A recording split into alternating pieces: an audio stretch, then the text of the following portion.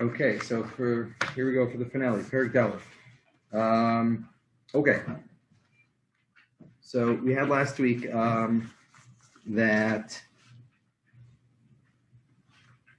Ruth comes back to Naomi, and she's completed this Naomi's advice about going into Boaz, and now here we are. And Boaz says he's going to take care of this. So we begin with Perek Dalet, Pasuk Aleph. Boaz Allah Hashar. So Boaz goes up to the gate of the city, probably means like the main area of the city. Vayeshev Sham, and he sits there. Vihine Hagoel Over, and the Goel is passing by. Asher Diber Boaz, this person who Boaz was talking about when he says to Rus, there's this other person.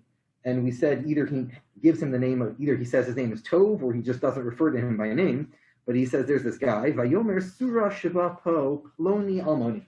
Sit here, Ploni Almoni, Vayasar Vayeshiv. And he turns aside and he takes a seat. So what is this name, Ploni Almoni? So Rashi says the word Ploni comes from the word Ki Yipale.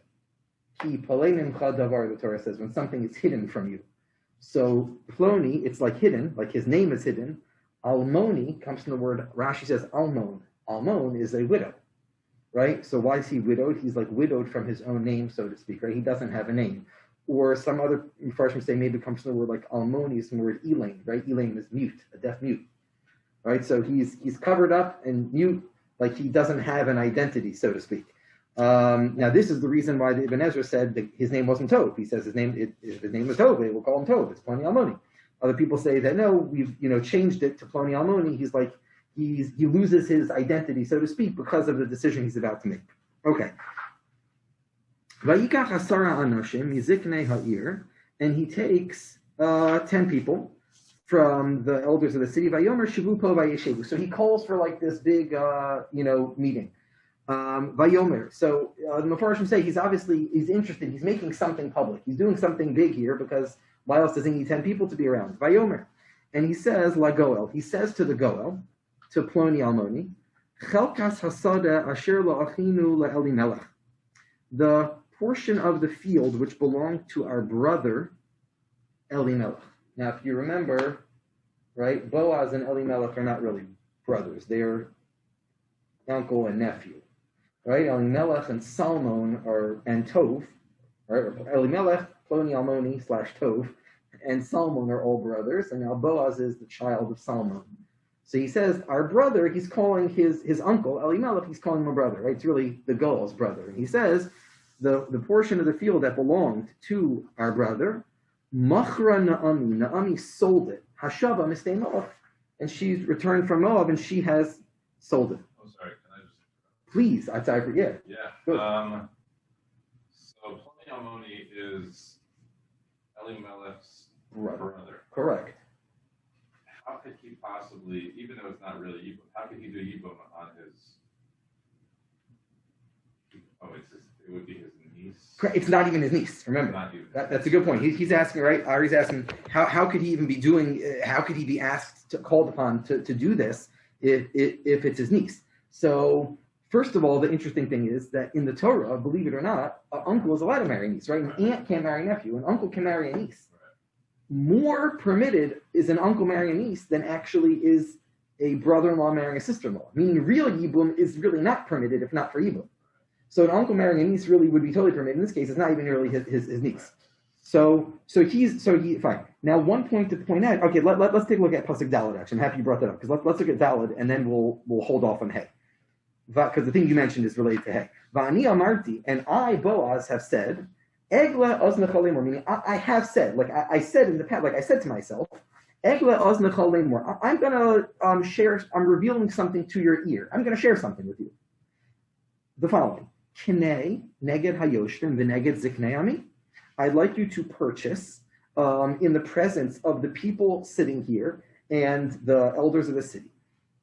Im tigal go. If you would like to purchase the field, then do so. V'im lo yigal hagidali. Let me know. Ve'eda, and I will then make known to you. I'll let you know. Ki ein zulascha ligol. There's no one else besides you, my friend. Ve'anochi acharecha, and I'm after you, Vayomer, and he said, Anochi egol. So Ploni Almoni's in.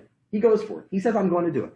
Now, one thing to point out here is just to get straight what exactly is going on. All that's been offered now is he says, Naomi has a field, and we need you to purchase it. Now, this is important. Rashi understands, it doesn't necessarily change things so much, but just to understand like practically what's happening.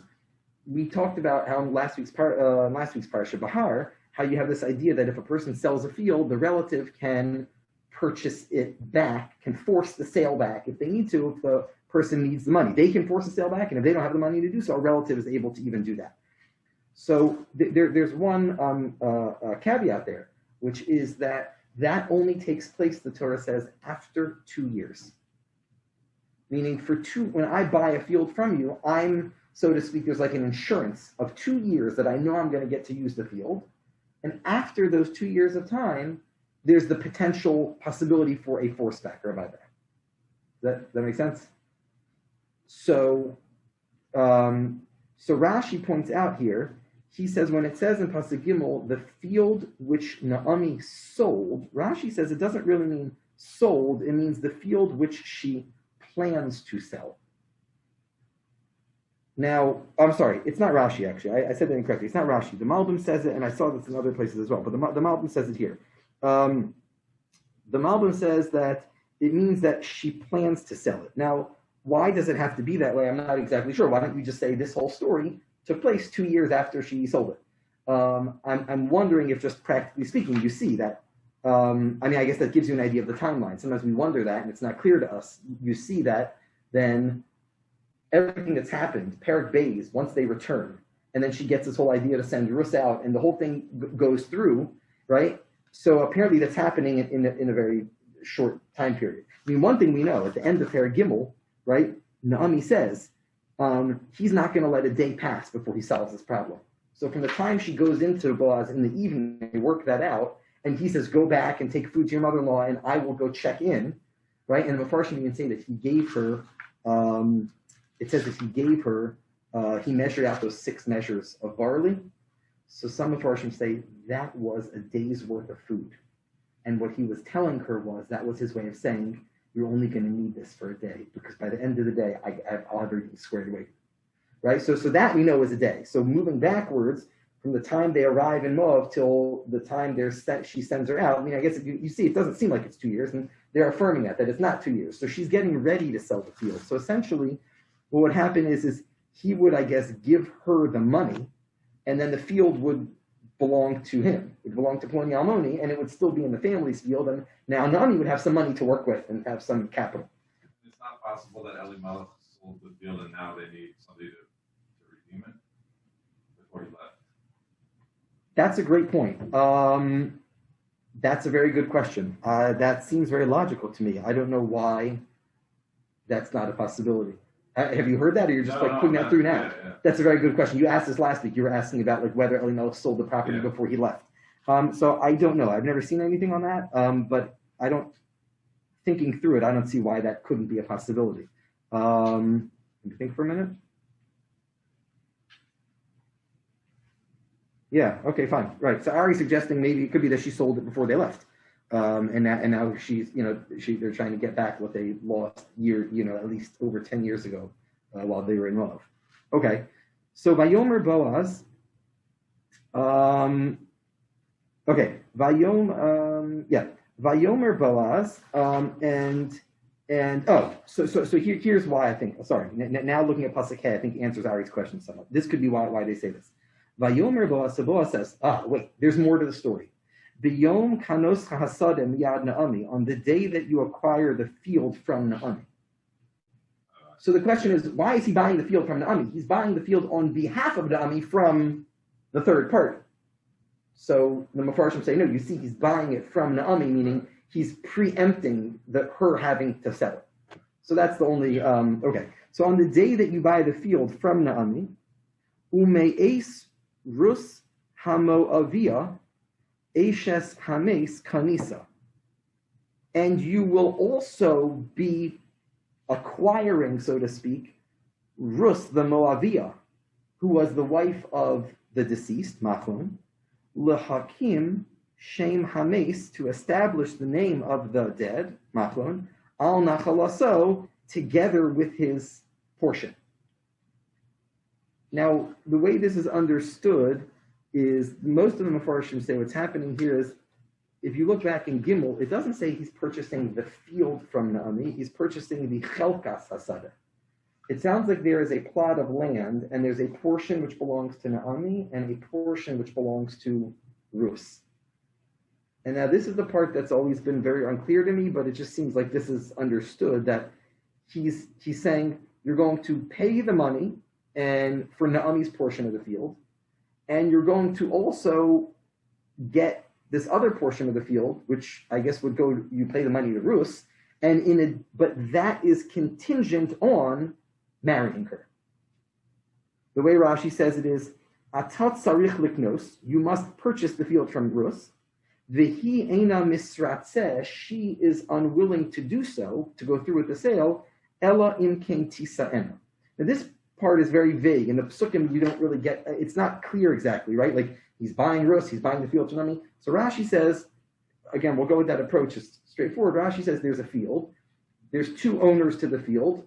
You would say maybe Naomi got the part from Elimelech, and maybe the other half Elimelech bequeathed to his children, Machlon and Kilion, Machlon at least, and now Rus has that part.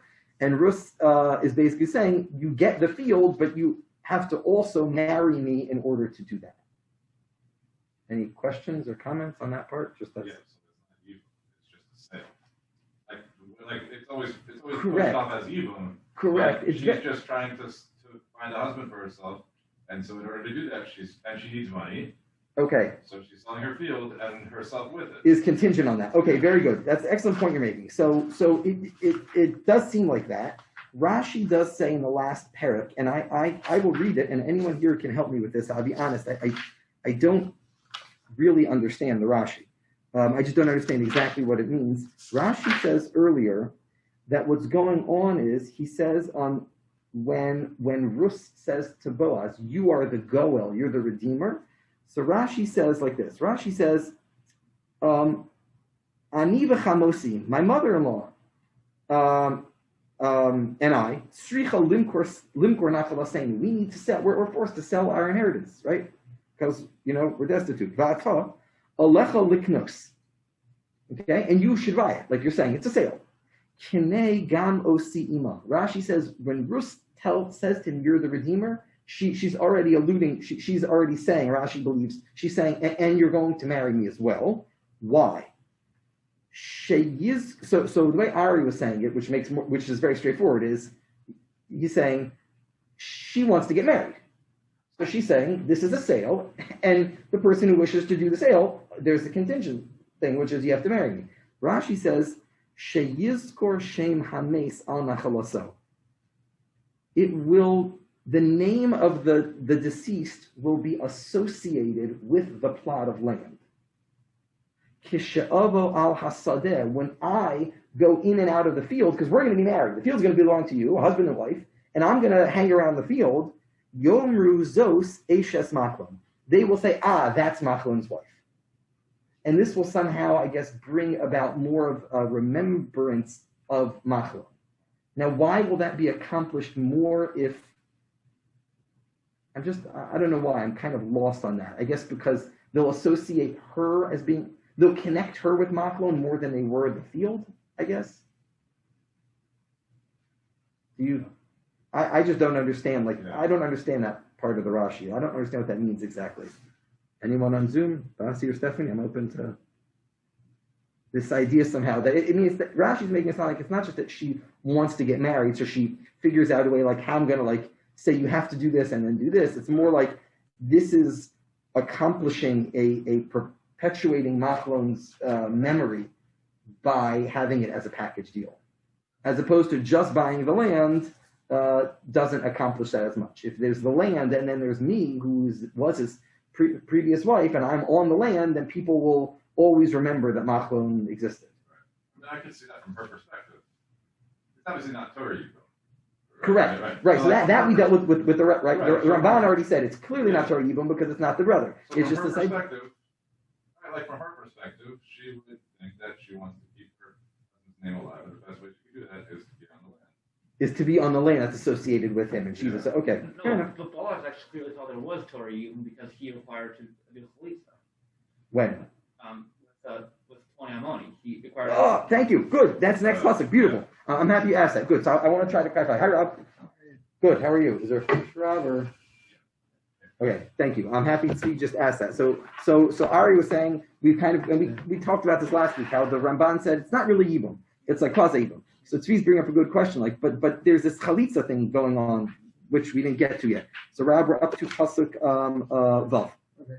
So what does Ploni Ammoni respond? Ploni Ammoni has just been informed that if he gives Nomi money for the field, and Rus money for the field, he's got to marry Rus. Vayomer Hagoel, and he said, now, lo uchal ligol, I can't do it.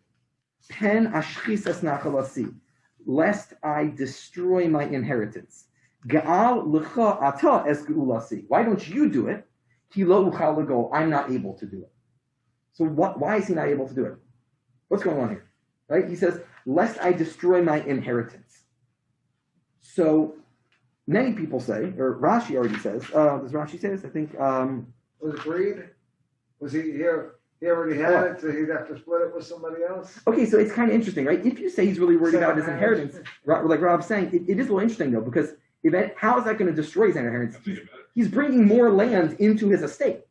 Even if he's got to split it with someone. On that case, it was okay. It's very strange, right? He says, I can't marry you because I might destroy my inheritance. So Rashi says, why? Because he was under the impression that Rus was forbidden to marry. But what's odd about that is why are you destroying your inheritance? He should just say straight out, I can't do it because, wait a minute, I'm happy to buy property, but I can't marry a woman who's forbidden to marry. But maybe he's thinking about, okay, so I marry this woman, I have children, but they're Machlons. Not really, but they're remembered in Machlon's name. Very good, very good. That I think is a great understanding of it.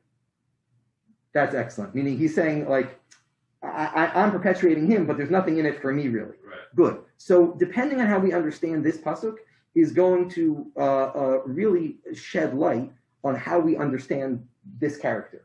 But Boaz passed away, so did not yet. But no, Boaz, not yet. yeah. But I'm saying after the marriage, so did Ruth wind up inheriting Boaz's property and the property from? I would have imagined. I would guess so. I would assume that. So just like we had initially with like how you view Orpah, depending on what. So you're going to have this here as well. How do we view Ploni Ammoni? It's like Ari saying. So he comes across as very selfish, somewhat. So the Targum here on the pasuk, the Aramaic Targum says the following thing. He says, I can't do it. Why? Al deisli itzasa, because I married. Leisli reshu lemisav ocharonisa alaha. Right? He says, what is it's going to destroy my inheritance? Dilma tehe limatsu bevesi. Matsu means like strife. He says, I already have a wife. I thought I was buying property, but to bring someone else into the family, that's bad news. Okay. There is an interesting, which at that point, that already doesn't make him to be. So with the Torah with the Torah laws, he had a choice. He had a choice. Okay. He had a choice. And he was first would up. be wrong by saying now. No, so the question is, why is he backing down? If you suggest, like Ari's suggesting, he's backing down because he says, well, any children I have aren't really my children. It's like Machlon's children. That's maybe somewhat focused on the self. If you say he feels like it's going to ruin his home life, that's another. There's a third approach, which will take a few minutes to explain, but there's a few valuable points here. The Brisker Rav, okay, so you've heard, we know there's Rav Soloveitchik's Soloveitchik's uncle was someone by the name of the Brisker Rav. He was Rav in Eretz Yisrael. He was one of the Gedolei Hador in the mid 20th century. He was the son of Rav Chaim Soloveitchik. So Rav Chaim Soloveitchik had more than two sons, the Brisker Rav and Rav Soloveitchik Kamaryu's father. Okay, Brisker Rav says the following idea, and I don't know if it's the Pashut shot here, but it's a neat, interesting suggestion. There are three. We know Torah Sheba'al Peh is the oral law.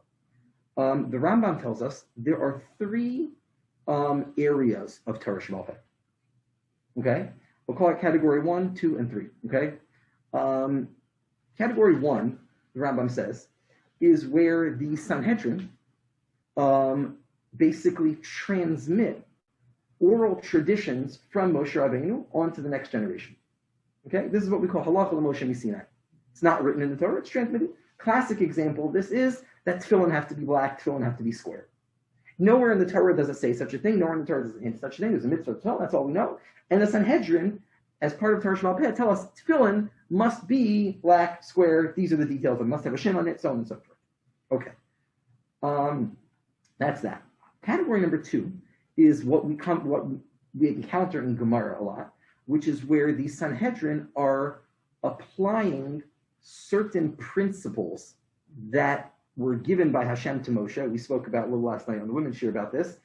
Hashem gives Moshe Rabbeinu certain principles, and these principles, when applied, analyzing certain words and comparing certain psukim and things like that, the Sanhedrin apply these principles to scenarios that come up, and they tell us what the halacha is. That's category 2. Okay, this is very different. The Rambam specifically says there are some people who would say, Moshe Rabbeinu was told everything at Har Sinai, everything from soup to nuts, the whole deal. And the Rambam clearly says not like that. The Rambam says no, he was told tefillin have to be black, and that for sure. But the Rambam says we don't know what things, but there were certainly things that Moshe Rabbeinu was given the hardcore, like we called last night, the ingredients for, the principles, but not necessarily the outcome. And on those, the Sanhedrin in each generation had to apply these rules and figure out what the halacha was. And Moshe Rabbeinu wasn't told about that, and that's why you sometimes will have machlokas, how to apply it, and so on and so forth. The third area of Torah Sheba'al Peh is what we call Dinei D'Rabbanan, which is where the Chachamim come up either with a mitzvah, let's say like reading Megillah or lighting Hanukkah menorah or lighting Shabbos candles, okay? Or where the Chachamim come up with a rule which is put in place to protect the Torah. It's called the Gezerah. Classic one, the one that everyone always picks is Muktzah, right? Muktzah.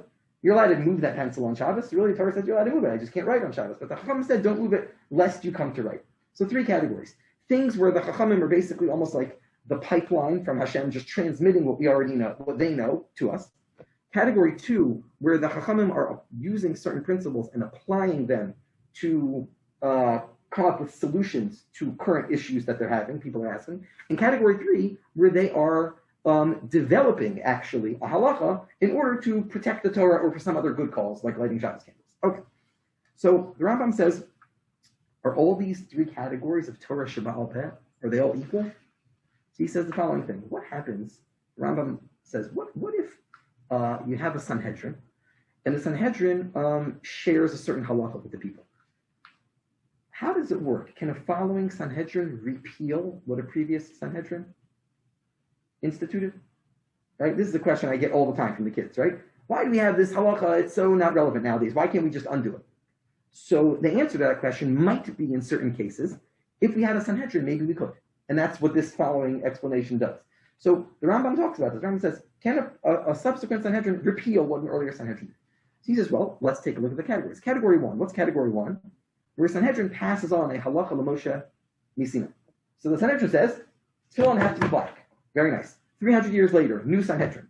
Can the new Sanhedrin override what the previous Sanhedrin did? The Rambam says, no. Why? Because there's nothing to override. They're just passing on information. They can't override anything. No, tefillin don't have to be black. I shared with you that Moshe Rabbeinu said tefillin have to be black. You can't override that. That's set in stone. Okay. What about category number 2? Let's skip to category number 3, actually. Category number 3 is Dinei D'Rabbanan. The Chacham say, protect the Torah. So the Rambam says, can the Sanhedrin come along and say, override, we think this Sanhedrin made a rule, can't move pencils on Shabbos, that's just unlikely. No one's going to come to write. Move pencils, just don't write, but you can move pencils. Can they do that? So the Rambam says, they can do that, provided that they are greater than the previous Sanhedrin in A, Chokhmah, wisdom, and B, number, in minyan. And it depends, I think maybe it depends on the circumstance too. Why they're repealing it? I'm saying for Corona, there was a lot of different things that I think we were allowed to do. Okay, good. I don't want to get into specifics. Okay, it might have to depend on why. Specific yeah, I mean, we don't. It's not exactly the same because we don't have a Sanhedrin nowadays. But I'm specifically talking about that. I don't want to give specific examples just because I don't want to misconstrue anything. But I see what you're saying. We might have to take into account, the circumstances involved. According to the logic you said before, basically that be regular Chachma, but don't we always say that Chachma Good. decreases with Good. So he's generation. saying the chacham is always decreasing, right? So the answer is that might be correct. Meaning you might have that might be unlikely. Maybe from one to the next, maybe you said how but you're right, correct. Meaning this criteria will make it unlikely. Although perhaps I don't know if chacham is decreasing. Is that like a set like that's a set in stone in like that's the way it is, or it's like this? It seems to be that way, but you could have exceptions. But who decides? But very good. Who decides? Who decides? So the Rambam says it's the head of the Sanhedrin of one versus the head of, it's not the collective Chachma of 71. It's the head and the head. And if there's an understanding, now obviously Ari's pointing out now another problem. You point out the first problem. The second problem is this, which is it's going to get kind of dicey, right? I think he's a great rabbi. I think he's a great rabbi. That's going to get kind of complicated. But the point is, hypothetically speaking, if we could override it. Now, how, just as an aside, how do you have a greater Sanhedrin in minyan, in number?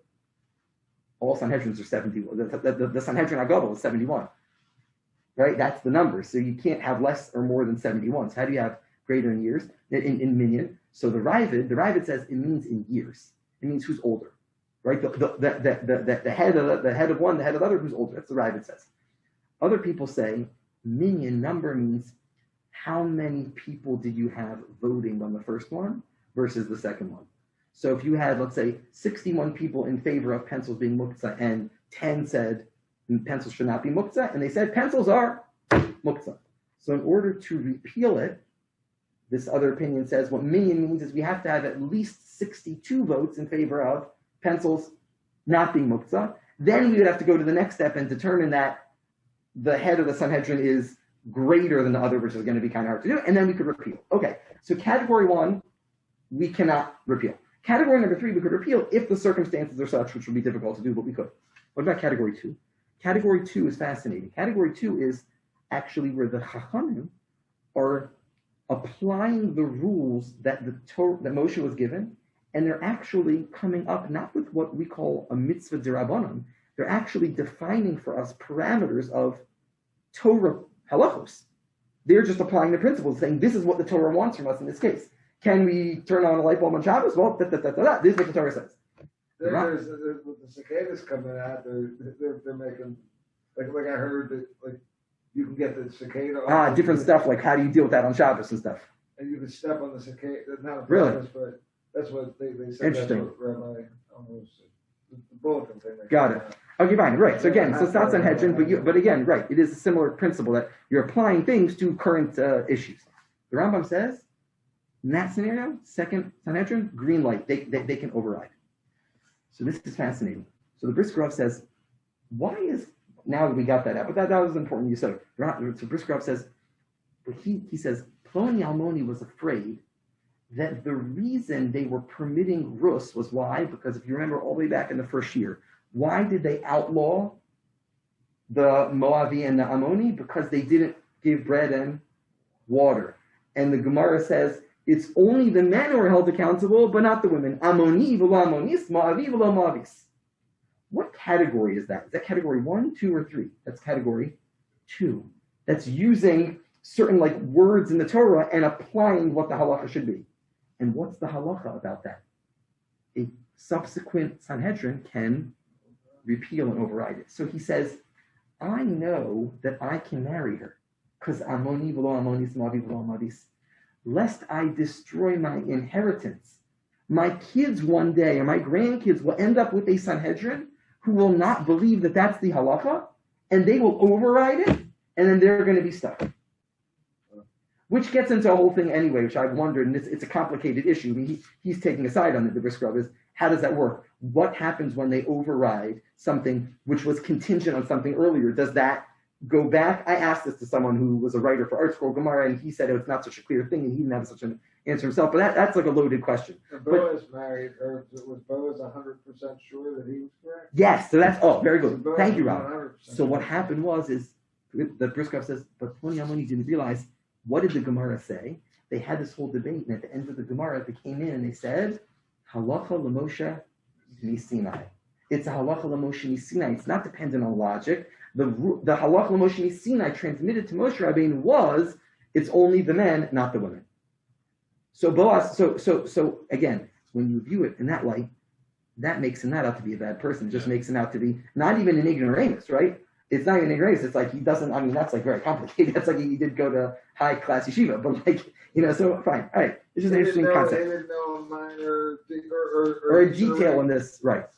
Where maybe he made an instant decision without doing his research. But perhaps you could say that. You could say either that. Maybe he didn't do his due diligence to research it. And Boaz had researched. Correct. And Boaz felt that it was clear cut. So now we get to Tzvi's issue. Now this is a parenthetical note here. V'zos lifanim b'Yisrael. So whatever the reason is, he backs out. V'zos lifanim b'Yisrael. This was a rule that had been practiced in Israel. Al ha'geula v'al ha'timura, for sales and for transactions. L'kayim kol davar, to validate everything. Shalaf ish na'alo v'nasan l're'eyu. A person would take off their shoe and give it to their friend. V'zos ha'tu'uda b'Yisrael. And this was the rule in Israel. That's like a parenthetical note. This is interesting. Shmuel Hanavi is writing this, and he's saying, he's putting this in here, and he's saying, I'm just explaining to you what's about to happen. Because you're about to see something, and you're going to be misled about this, and I'm now telling you what the next pasuk is about. So you think it's Chalitza. Very good. Vayomer hagoel leBoaz. So the Goel said to Boaz, Kinei loch, you acquire it for yourself. Vayishlot na'alo, and he took off his shoe. Now, who took off whose shoe? Oh, you're saying it could have been Boaz's shoe, or it could have been... Correct. So what's happening here is the Gemara says this. The Gemara in Bava Metzia tells us, explains what's going on here. This is what we call chalipin, which is basically something I would call it's like a symbolic trade or a symbolic barter. Why do I say symbolic? I'll give you a classic example where we do this every year. Okay, maybe not in the past 2 years because of COVID. Right? You go to sell your chametz to the rabbi. Now, you don't sell your chametz to the rabbi. The rabbi doesn't want your chametz. He's not buying your chametz because then he's stuck with the chametz. And he's not even buying it from you and then selling it. He's not doing that. You are appointing the rabbi an agent to sell your chametz on your behalf. So what happens? I have a right. I have a right that I can sell and do whatever I want with things that I own.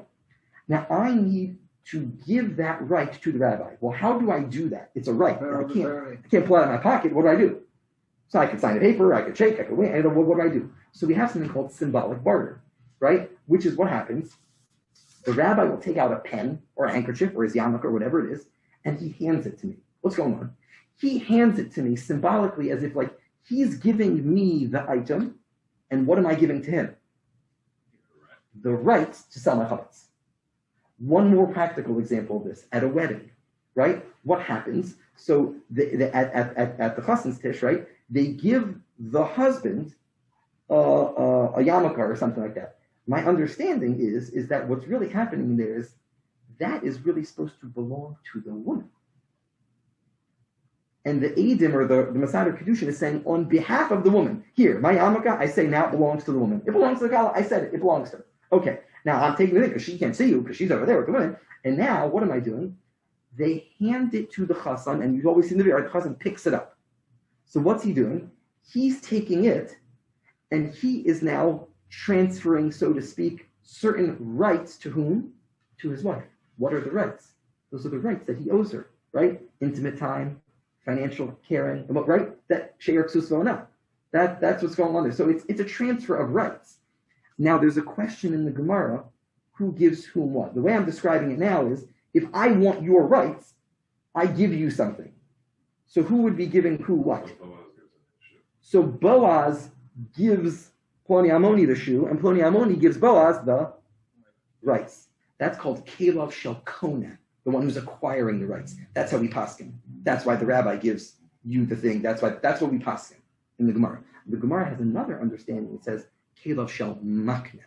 The person who is giving over the rights gives the item. How do we understand that conceptually? There, what would be going on? I'm just assuming that what's happening is I want to give you rights to these. So how do I give you rights? I can't give you rights. So instead, I give you an item which is symbolic of my rights. I'm saying like the rights are invested in this item. See, I'm giving you something physical, and that represents the rights. This is a question of how to view it. Is it a trade, or is it I'm giving you the item as the rights? Okay, fine. But the point is that either way, what's not happening here is what? Not chalitza. Right? Again, it's kind of misleading, right? Because and it's fascinating because Shmuel Hanavi puts in the Zos Lefanim B'Yisrael. This is what they would do. Now, why would they specifically do a shoe? So the Ibn Ezra in classic Ibn Ezra form says, because you need to do something. They didn't have a pencil, so he says you need to do something. So what do you always have with you? So he says, well, I have my clothes. He says, but I'm going to be naked. Like, what am I going to give my pants? He had to be It doesn't make sense. So I give you my shoe, and then what happens? You give it back to me. That's one approach. I heard another shot that in general, being without shoes was a sign of like abdus, of being a slave. When you were a free man, you had shoes. So you would give up your shoe, so to speak, to say like, I'm giving up something to you. I'm looking for rights, but I'm giving myself into you to get something back. So whatever it is. But the point is that the giving over the shoe here was not the chalitza, and there was no need for chalitza, right? It was simply, again, why? Because there was no real yibum either. It was just this purchasing of the field and then at the same time marrying Rus. Or even if you say directly marrying Rus, it was like the Ramban says, it was really like a quasi.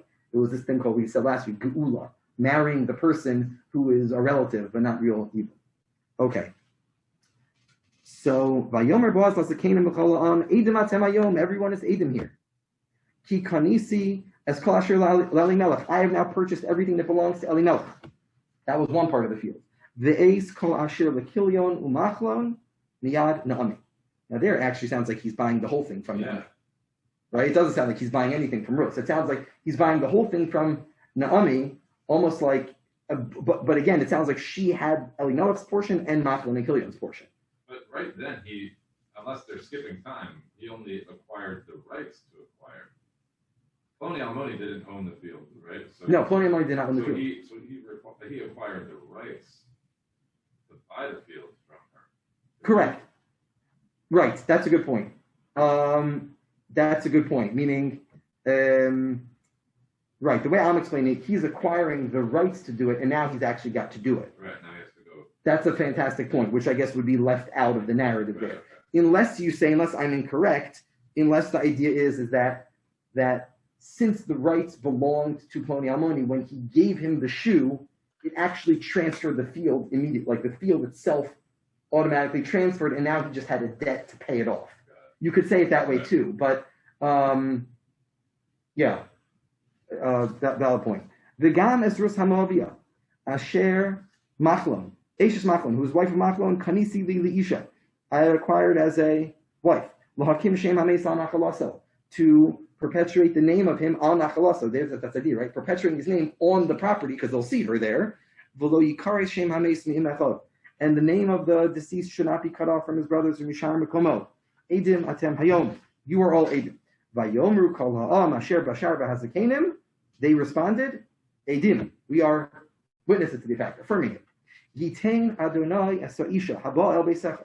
Hashem should put the woman who is coming into your home, Rachel Ukaleya, like Rachel and Leah, Asher Banu Shtehen Es Beis Yisrael, that they built up Klal Yisrael with the shvatim that they had. Va'asechayo be'efrasa, you should be successful in Ephras, Ukra Shem Beis Lechem, and you should build for yourself or call yourself a name in Beis Lechem. And there's the word Chayil again, the third time it's used, right? The word Chayil in the whole book is referred to two people, right? Boaz is Gibor Chayil, and Rus is also, right? She was the Isha Chayil, and now Va'aseh Chayil together. V'hi Beis Kal Pasuk Yud Beis, your house should be like Peretz. Who was Peretz? Asher Yolda Tamar LiYehuda. Peretz was the product of Tamar and Yehuda.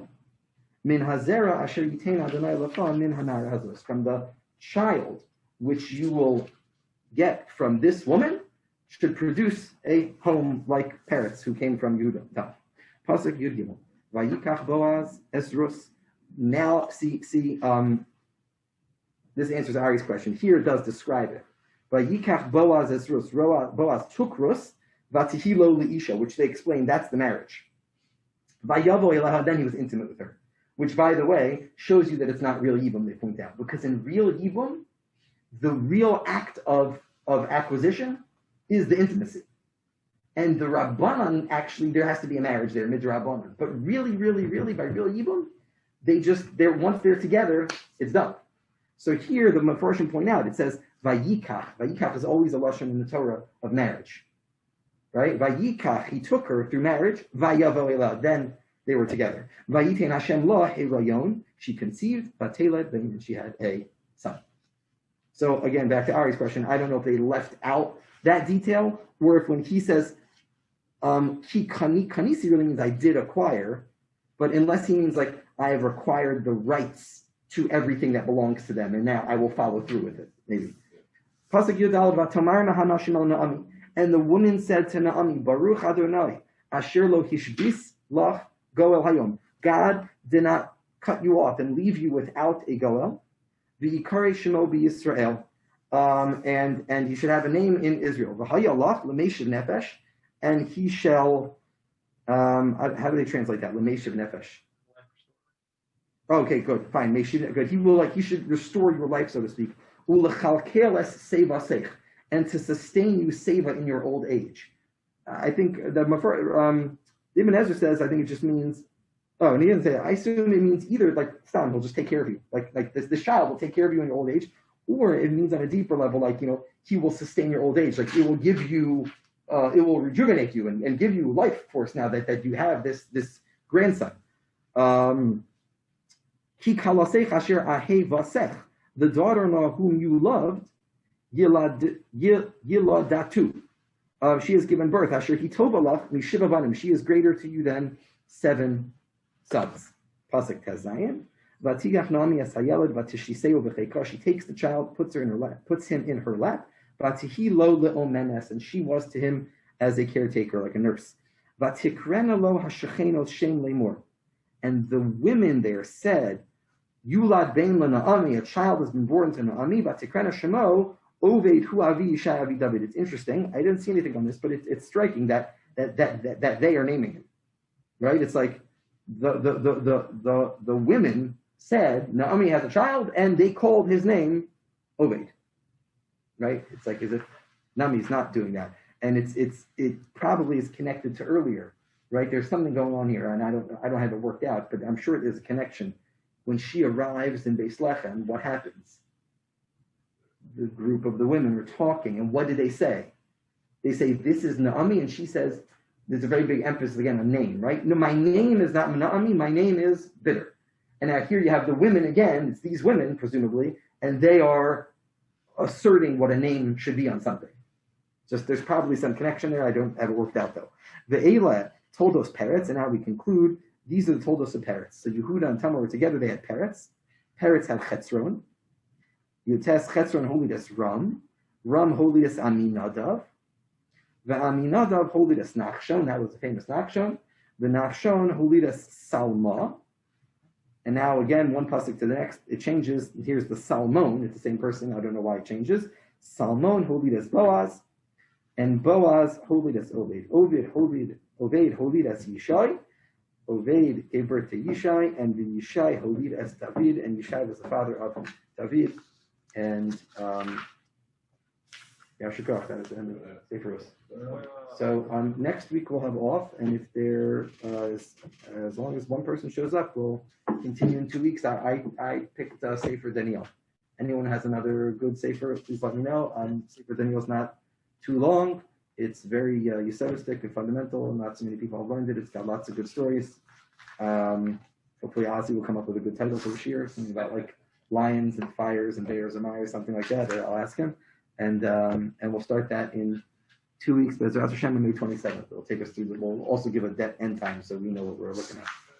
Okay, good Shabbos. A wonderful Yom Tov, everybody. Why did they name him